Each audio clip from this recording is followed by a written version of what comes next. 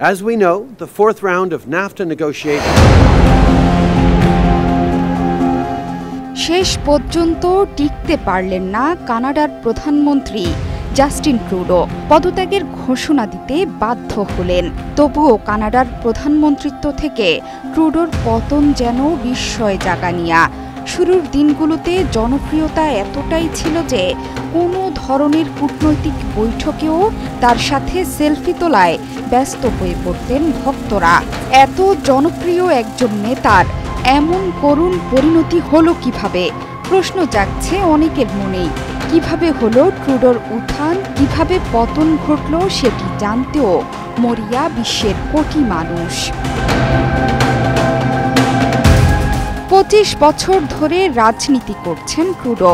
কোটি কোটি মানুষের ভালোবাসায় fridge, TV এবং এসিতে দেশের 1 নম্বর ব্র্যান্ড ওয়ালটন। জন্মগতভাবেই তারকা ছিলেন ট্রুডো, কারণ 1971 সালে ট্রুডোর জন্মের সময়ে তার বাবা পিয়ের ট্রুডো ছিলেন দেশের প্রধানমন্ত্রী।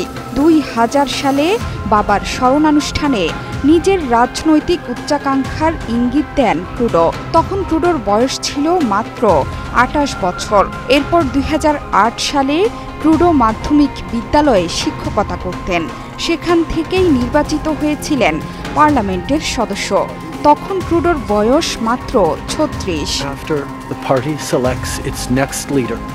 ট্রুডো 2013 সালে কানাডার লিবারেল দলকে নেতৃত্ব দেওয়ার দায়িত্ব নেন। 15 সালে কম বয়সে প্রধানমন্ত্রী নির্বাচিত হয়ে আন্তর্জাতিক বিশ্বকে তাক লাগিয়ে দেন। গড়ে তোলেন লিঙ্গ সমতা ভিত্তিক মন্ত্রিসভাও। পরিচিত হয়েছিলেন নারীবাদী, পরিবেশবাদী এবং শরণার্থী ও ক্ষুদ্র জাতিগোষ্ঠীর অধিকার কর্মী হিসেবে।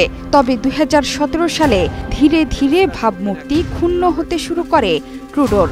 নৈতিকতা বিষয়ক কমিশন জানায়, বিনামূল্যে জাঁকজমকপূর্ণ ছুটি কাটানো এবং বিষয়টি প্রকাশ না করে স্বার্থ সংঘাত সংশ্লিষ্ট নিয়ম ভেঙেছেন ট্রুডো। শুধু তাই নয়, 2018 সালে এক সাংবাদিকের সঙ্গে 2000 সালে অনৈতিক কার্যকলাপে জড়িয়েছিলেন ট্রুডো, এমন অভিযোগও ওঠে তার বিরুদ্ধে। যদিও 2021 সালে ট্রুডোর ঘোষিত আগাম নির্বাচনে অল্প ব্যবধানে জিতে যান তিনি। তবে 2022 সালে করোনার টিকা নিয়ে বিক্ষোভে অচল হয়ে পড়ে রাজধানী অটোয়া ও কয়েকটি সীমান্ত ক্রসিং। জরুরি অবস্থা জারি হয়। ভ্রমণসহ নানা ইস্যুতে বিধি নিষেধের আরোপে ক্ষুব্ধ হন রক্ষণশীলরা। এরই মধ্যে বাড়ি ভাড়া বেড়ে যাওয়া ও মূল্যস্ফীতির চাপ সব রাজনৈতিক ঘরানার মানুষের মধ্যে জন্ম দেয় হতাশার। 2023 সালে পতনের ধ্বনি শুনতে পান ট্রুডো। দ্য নিউ ইয়র্ক টাইমসের সঙ্গে এক আলাপচারিতায় ট্রুডো বলেছিলেন, তার জনগণ ক্ষেপেছে, মানুষ পাগল হয়ে গেছে। বাসা ভাড়া ও বেকারত্বের বৃদ্ধি নিয়ে তিনি যখন দেশবাসীর ক্ষোভের মুখে, ঠিক তখনই শিখ নেতা হরদীপ সিং নিচ্ছল হত্যাকাণ্ড নিয়ে ভারতের সাথে কানাডার সম্পর্কের অবনতি ঘটে। অনেকে ভাবছেন মোদি ট্রুডোর ভবিষ্যৎ নির্ধারণ করে দিয়েছেন। মোদিকে খেপিয়ে নিজের রাজনৈতিক ক্যারিয়ার ধ্বংস করেছেন ট্রুডো। কারণ মোদির সাথে ট্রাম্পের সম্পর্ক ভালো, সে কারণে ট্রাম্পের সাথে দেখা করতেও ছুটে গিয়েছিলেন ট্রুডো। লাভের লাভ কিছুই হয়নি।